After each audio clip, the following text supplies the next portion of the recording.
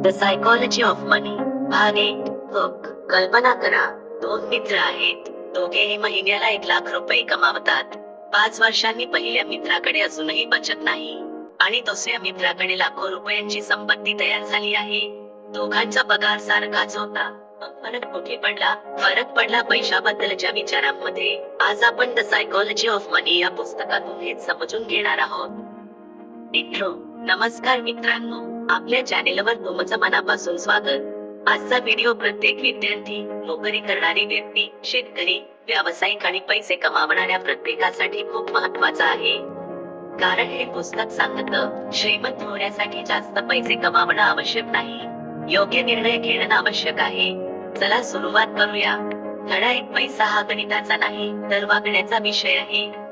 आपल्याला वाटतं की श्रीमंत होण्यासाठी खूप बुद्धिमत्ता लागते, पण लेखक सांगतात, पैशाचे यश तुमच्या IQ वर नाही, तर तुमच्या सवयींवर अवलंबून असतं. उदाहरण, रोहन महिन्याला 50,000 रुपये कमावतो. पगार आला की महागडे कपडे, मोबाईल आणि बाहेर खाण्यावर खर्च करतो. महिनाअखेरीस शून्य बचत. दुसरीकडे अमोलही 50,000 रुपये कमावतो. तो आधी 20% बचत करतो, नंतर उरलेले पैसे खर्च करतो. 5 वर्षांनी रोहन अजूनही पगारावर अवलंबून आहे. अमोलकडे मात्र चांगली बचत आणि गुंतवणूक आहे. दोघांचा पगार समान, पण सवयी वेगळ्या. धडा 2. श्रीमंत दिसणं आणि श्रीमंत असणं वेगळं असतं. आज सोशल मीडियावर अनेक लोक महागड्या कार, बंगले आणि ब्रँडेड वस्तू दाखवतात. पण त्यामागे खर्च किती आहे, हे आपल्याला दिसत नाही. उदाहरण, 2 शेजारी आहेत. एकाने इंडियन रुपी 25 लाखांची कार कर्जावर घेतली. दुसरा जुनी कार वापरतो, पण दर महिन्याला नियमित बचत आणि गुंतवणूक करतो. 10 वर्षांनी पहिल्या व्यक्तीची यादी अजूनही सुरू आहे. दुसऱ्या व्यक्तीकडे मोठा गुंतवणूक निधी तयार झाला आहे. शिकवण. दिसणारी श्रीमंती आणि खरी आर्थिक ताकद यात फरक असतो. धडा 3. बचत ही उत्पन्नावर नाही, तर सवयीवर अवलंबून असते. अनेक लोक म्हणतात, पगार वाढला की बचत करेन, पण प्रत्यक्षात पगार वाढतो, खर्चही वाढतो. उदाहरण, एका व्यक्तीचा पगार 30,000 रुपये वरून 70,000 रुपये झाला. त्याने मोठं घर, नवीन कार आणि महागडा मोबाईल घेतला. बचत मात्र शून्य. दुसरी व्यक्ती पगार वाढल्यानंतरही साधं जीवन जगते, दर महिन्याला नियमित बचत करते.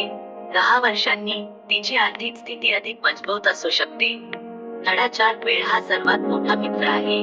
लोकांना वाटतं, जास्त परतावा म्हणजे जास्त श्रीमंती, पण लेखक सांगतात, वेळ आणि सातत्य यांची ताकद अधिक मोठी असते. उदाहरण, 2 मित्र दर महिन्याला 5,000 रुपये गुंतवतात. पहिला 3 वर्षांनी पैसे काढतो, दुसरा 20 वर्षे संयम ठेवतो. दीर्घकाळ सातत्य ठेवल्यामुळे त्याची संपत्ती अधिक वाढू शकते. धडा 5. नशिबाचा आणि जोखमीचा प्रभाव स्वीकारा.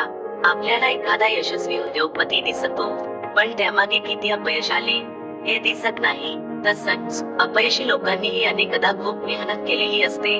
म्हणून स्वतःची तुलना इतरांशी करू नका. प्रत्येकाचा प्रवास वेगळा असतो. भाग 1 समाप्त.